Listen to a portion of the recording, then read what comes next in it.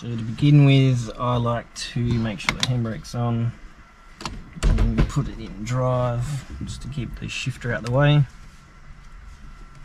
And then pop off these little side trims.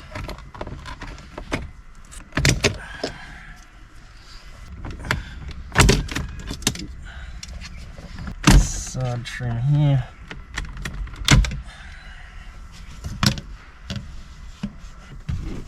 This trim here, you can just open the glove box and pull it.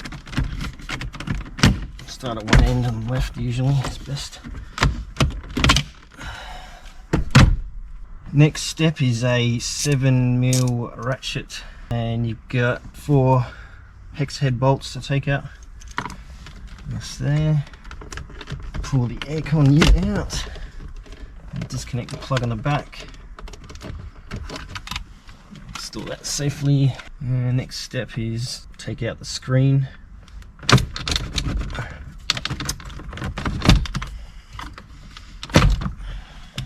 Disconnect the 3 plugs on the back of the screen. Undo these 4 hex head bolts. Then I'm going to remove the main radio unit. Disconnect all the plugs.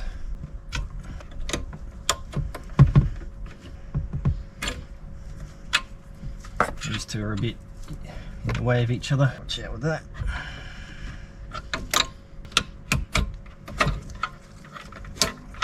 Okay. Put that aside, we don't need that anymore. If you're not doing the heated seats modification, 3 plugs, they can be actually cable tied out the way.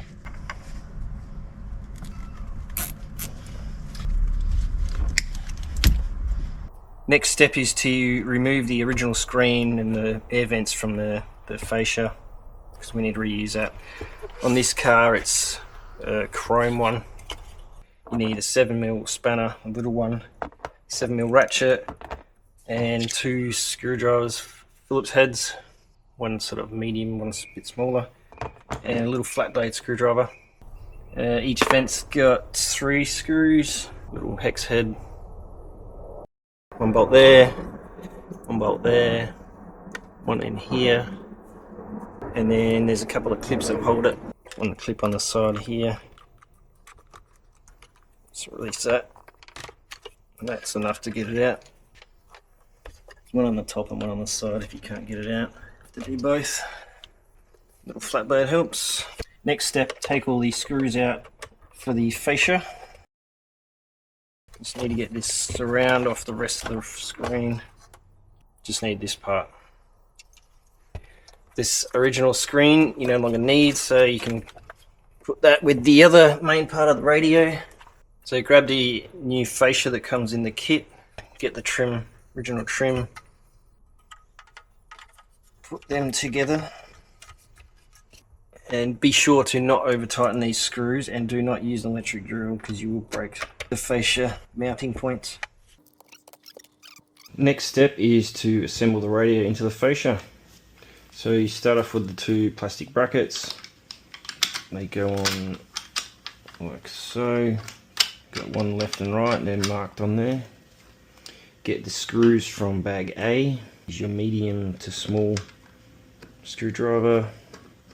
Screw the brackets on, and then make sure you got it up the right way and put it onto the fascia.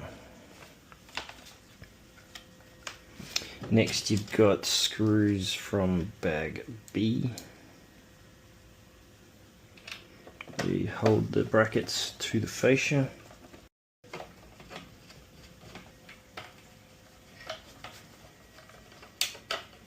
Last step is the vents. So they clip in there on either side, and then you get the screws from bag C and your bigger screwdriver, and you need 4, 2 per vent. So you got 1 there, and then the second screw,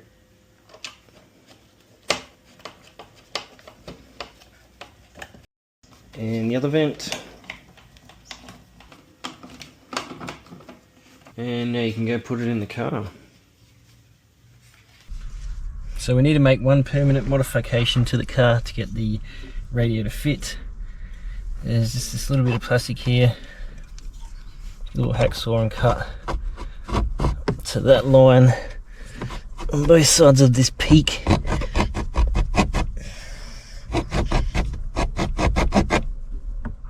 Just bend it back and forth till it breaks off. So before it looks like this, it's got that bit on the back, and then after you just cut that one little part out. So next step is to do the wiring, which is very simple. This is the main loom. This one does not get connected, neither does this one. These two go into the radio, and this end you plug into the car side.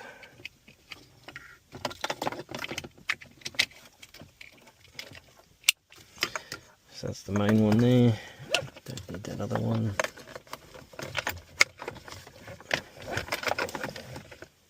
Next you've got the FM antenna adapter, which plugs into the black FACRA connector.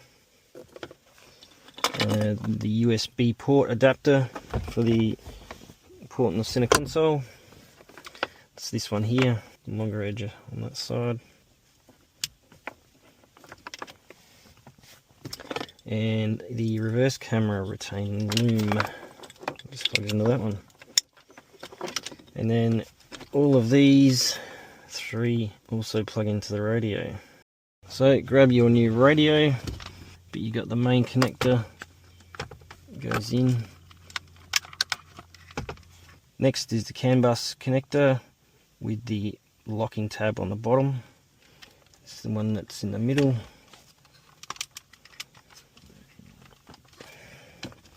Reverse cameras next, the 10-pin one on the very far end, right. Antenna, and the USB port adapter, which is that one there. Next we got the GPS antenna. You peel off the tape on the back and stick it on the top aluminium bracket so it's facing that way up. Then the connector goes down there with the screws on.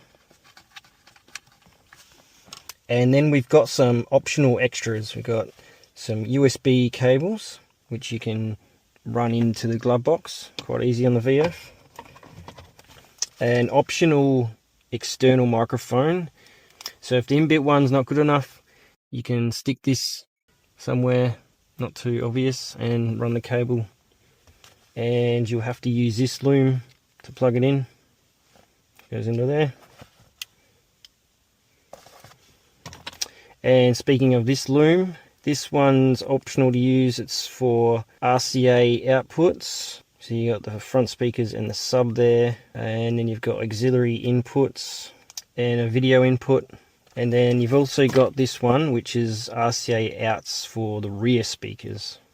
Once it's all wired in, you can clip it back into place. Then to set up for final use, go to settings, factory 3368, confirm. Then go car model, go to RZC raise, go down to GM Chevrolet, and then go all, and then RZC. Then go back to the main screen, go apps, go into touch assistant, and then turn off this bottom function and the top one. And then go back again to the apps. Go vehicle settings, original car set, language, and select English, because the cluster will go to Chinese when you install it. That changes it back to English.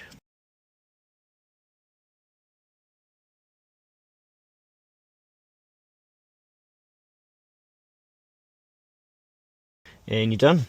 So chuck it all back together and enjoy.